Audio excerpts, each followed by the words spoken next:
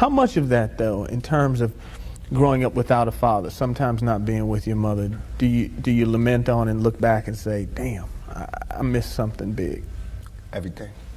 I know for a fact that had I had a father, had I had someone, and I hate saying this because white people love hearing black people talk about this, but had I had a father, had I had some of these opportunities, I'd have been able to help my mother more. She wouldn't have went the road she went. I could have been a better son.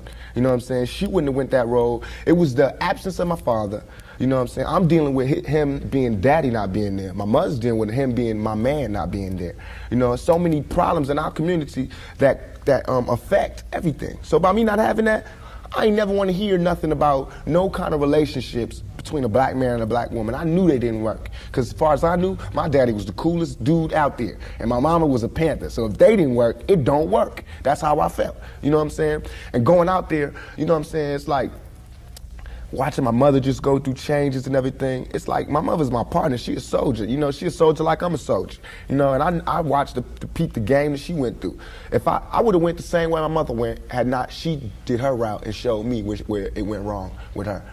My mother always told me, don't you ever, ever just volunteer yourself to our people, because they'll use you. That's what they do. You know what I'm saying? She also told me to follow my heart and for me to be the leader. But it's interesting to see just the change in your face, your reaction, your thought process. That's all I ever wanted to do. Ask my mama. I wanted to go to college. I went to school all the way and was ready to go to college. The only thing that stopped me was money.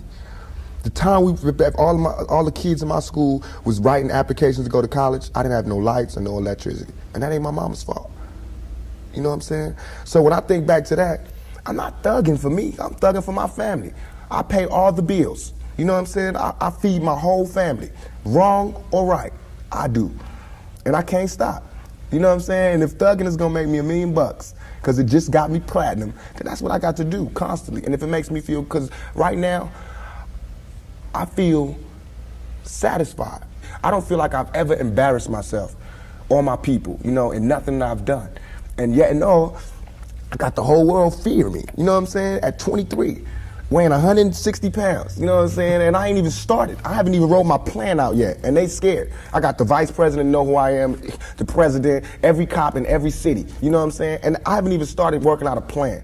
We killing each other because we killing ourselves. We not, when another man, I know, I've been in a position, it's out of our control. It's not like he wants to kill. He just doesn't want to die. You know what I'm saying? It's that situation when we are living in a war zone. It's not as easy as these people are making us think, that we just got some criminal-ass black kids with guns. It is not like that. We live in hell. We live in the gutter. We got us stacked up 80 deep in one building. You know, by the time you get out your house, you strapped to protect yourself. Because you living in the same community that the police is carrying rifles and riot gear. Same, they need them riot, excuse my language, I'm so sorry.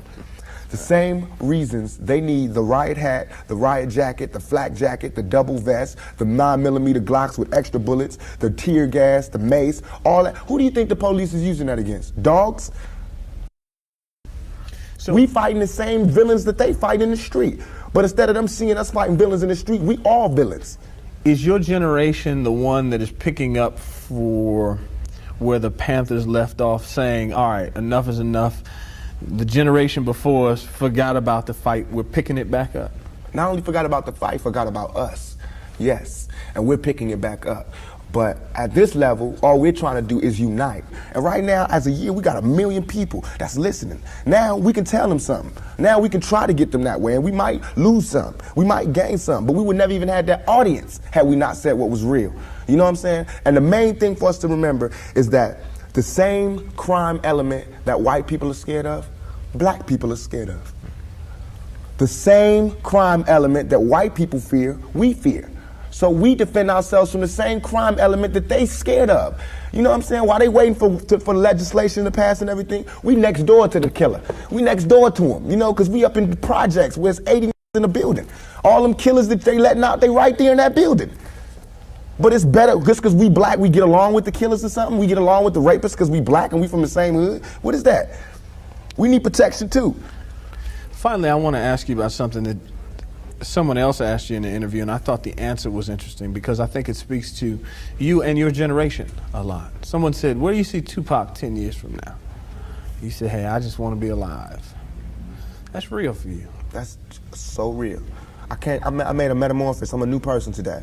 Because I used to strongly and honestly, I feel like I could represent my generation so much because I honestly did not care whether I lived or died. But now, I cannot die with people thinking I'm a rapist or a criminal. I can't leave until this is straight. You know, I'm not suicidal. I can't go until y'all really know what time it is. And then after that, boom, it's all over. And we can see, you know, how this shit fall. But that's how it is. And the reason being is because if I can't live free, if I can't live with the same respect as the next man, I don't want to be here. Because God has cursed me to see what life should be like. If God wanted me to be this person and be happy here, he wouldn't let me feel so oppressed. He wouldn't let me feel so trampled on. You know what I'm saying? He wouldn't let me think the things I think. So I feel like I'm doing God's work.